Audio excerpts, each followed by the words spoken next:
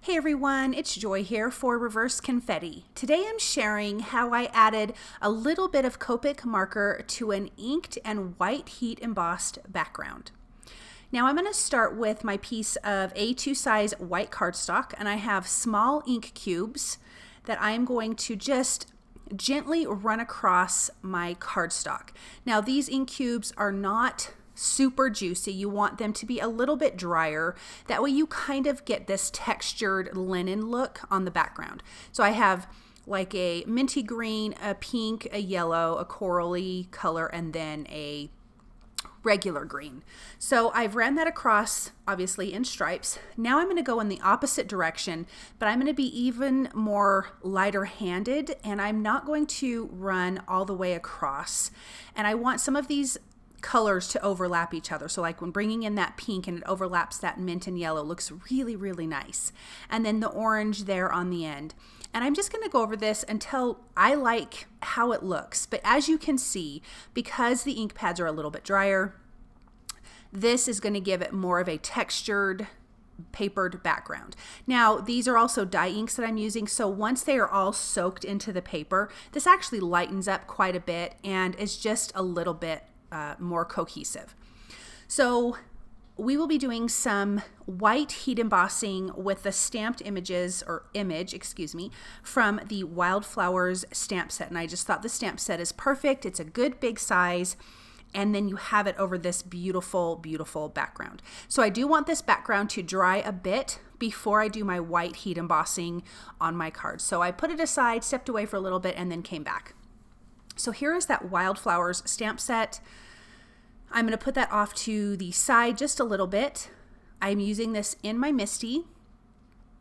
I'm going to prep this background with an anti-static powder tool really, really well. But again, my background is dry. And you can test that by putting some embossing powder on it. And if it doesn't just fall right off, then you know it's not dry. I'm going to ink that up with some clear embossing ink. I'm going to do that a few times to really make sure I get a nice, good, crisp image. Then I'm going to sprinkle on that white embossing powder, and then that beautiful image appears. And I like to heat up my heat tool when I'm starting to stamp for embossing, so it's nice and hot when I take it to my paper. I find that it is less warping of the paper if I do it this way. And then you know it's melted because the image is nice and shiny.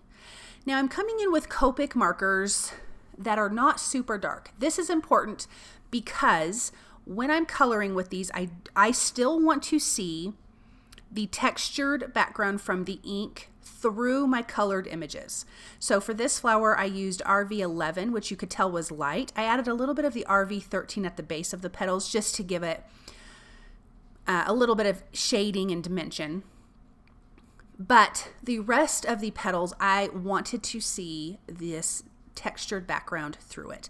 So it doesn't feel textured, it just looks textured. And as you can see now, the background has dried a ton and it really is cohesive and just absolutely gorgeous.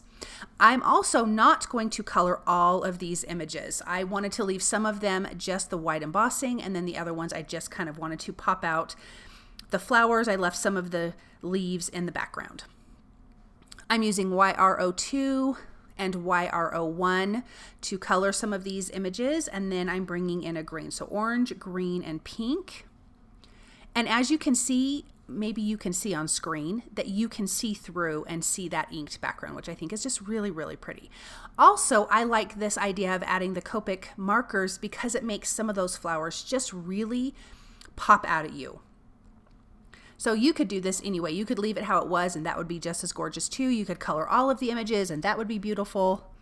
Or you can do what I'm doing and just color some of these images. And I'm not going to show all of the images that I'm coloring because they are some of the same colors, but we're going to bring in some beautiful greens here and get these leaves colored. I'm using YG63 and that's my darker color. I'm just adding a little bit of that darker color at the base. And then I can use the YG61 to blend that out.